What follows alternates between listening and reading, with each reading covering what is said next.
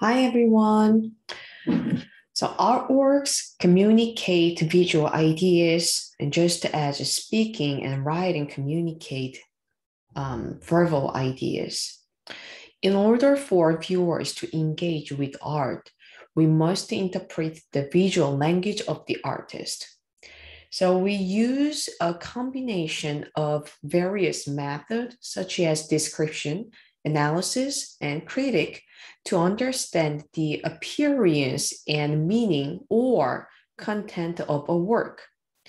We can also apply our own viewpoint or critic. In this video, we'll look at the interpretive method that are most frequently used and are most effective. And this chapter is important for you because you are going to see an essay question in the midterm test, and you will analyze an artwork by one of the analysis method in this chapter. So please read this chapter carefully. So artists have many tools at their disposal, which call the visual elements and principles of art or design. Visual elements include the line, shape, mass, light, color, texture, pattern, space, time, and motion.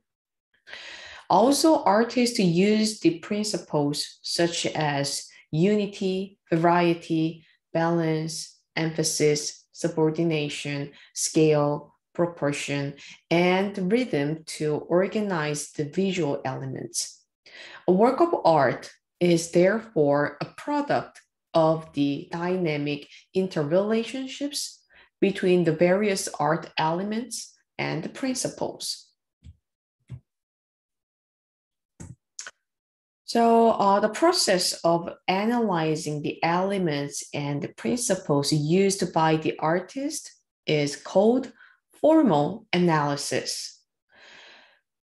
So to analyze a work of art formally, one describes in specific detail how each element and principle is utilized within it.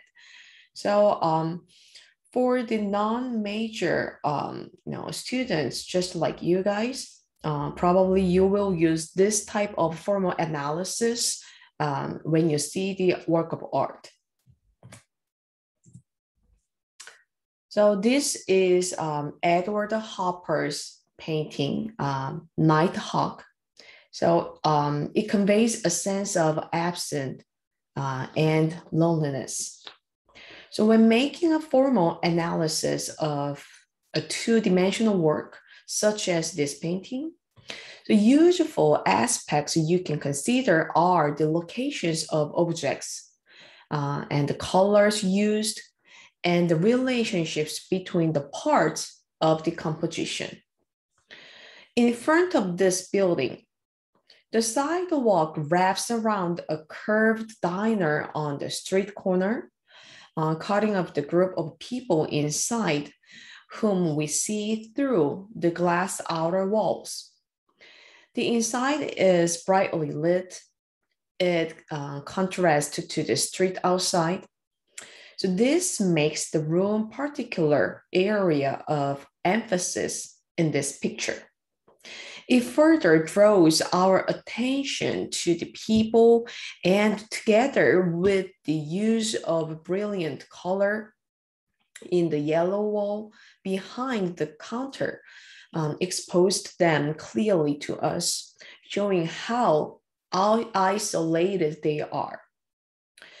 The stark contrast between the woman's red dress and the hair, the black suits and the hats of the two make customers, and the white uniform of the waiter make the figures more distinct, both within the scene and from one another. Let's move on to the next analysis type, stylistic analysis. So we recognize the style in our own lives, the way we dress and arrange our hair reflects our personal style. Artworks also have a style or specific characteristic that make them look the way they do. Style allows us to recognize that an artwork was made by a particular artist. A group of artists might share a style because they all used similar techniques, worked at the same time, or studied in the same place. The style can be individual or shared by a group, school, time period, or movement. So analyzing style allows us to make connections between artworks. So these are Impressionist artist paintings in 19th century. Impressionism is a 19th century art movement characterized by relatively small, thin, yet visible brush strokes, open composition, emphasis on accurate depiction of light in its changing qualities, often accentuating the effects of the passage of time, ordinary subject matter, inclusion of a crucial element of human perception and experience, and unusual visual angles. So Impressionism originated with a group of Paris-based artists whose independent exhibitions brought them to prominence during the 1870s and 1880s. So like Impressionists, many artists who sought to similar concepts and trends make a group and they shows similar styles, just like these two paintings. Let's move on to the third analysis type, iconography analysis. So iconography examines the visual images and symbols used in a work of art and leads to interpretation of the work's meaning.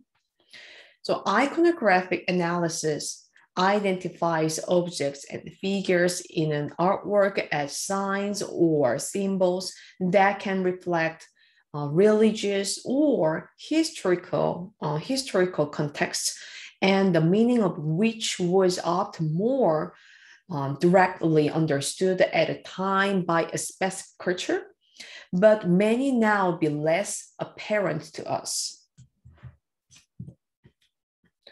So this is Impressionist artist Edward Manet's painting in 1882. So the painting is rich in details which provide clues to social class. The woman at the bar is a real person known as Susan, who worked at a bar in the early 1880s. So for his painting, Manet posed her in his studio. By including a dish of oranges in the foreground, Manet identifies the barmaid as a prostitute. According to art historian Larry L. Lego, who says that Manet habitually associated oranges with prostitution in his paintings. So one of the hidden meaning is orange on the right bottom of this painting. So it symbolizes prostitution in his painting. So there is a video about his painting in this section of the Moodle Room. So please watch that video to deeply understand the iconographic analysis. And the fourth analysis type is contextual analysis. So the content or meaning of a work of art varies gently between artworks. To understand the context of a work of art fully, you will usually have to undertake some research in addition to looking very closely at the artwork itself. So there are two contextual analysis. One is by religious context, and the other one is historical context. So let's analysis based on the religious context first. So in Middle Age, about 1,000 years, 1,000 years between 5th century to 14th century, Christianity art flourished in Western culture. So this is one of the famous architecture type in Middle Age, which is called Gothic style. The Gothic style was steered by a powerful French abbot named Suger, who wanted to enlarge and remodel this church. The Abbey Church of Saint Denis near Paris. He came to believe that an ideal church should have certain characteristics. It should appear to reach up to heaven. It should have harmonious proportions, and it should be filled with light. To fulfill those goals, his architects responded with pointed arches, ribbed vaulting, flying buttresses, and stained glass windows so large they seemed like translucent walls. So it is ornate, linear, vertical elements that direct the eye upward.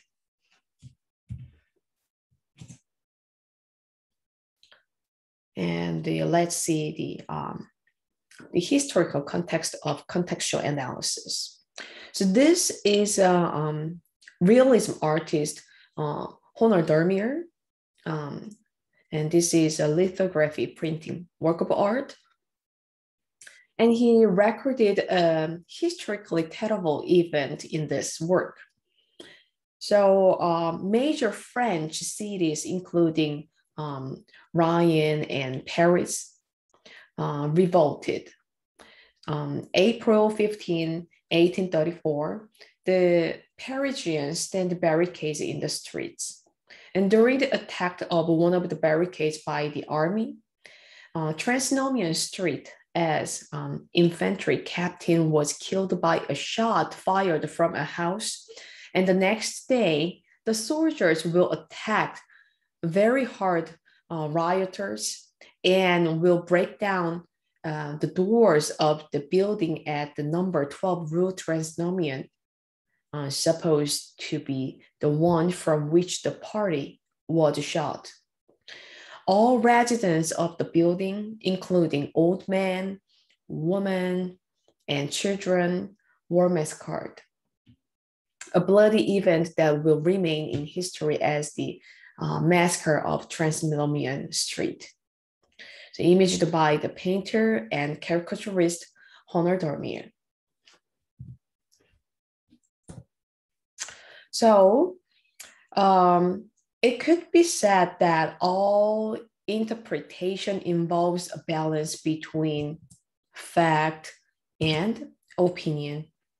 Analysis involves carefully consideration and discussion of specific aspects of an artwork, while critique offers a theoretical framework for understanding it. Critics of artworks often highlight the ideas, opinions, experiences of the viewer. So this section's topic is kind of tricky, but this is basic concept for art appreciation. So I hope you could apply this analysis method when you see a work of art. Bye.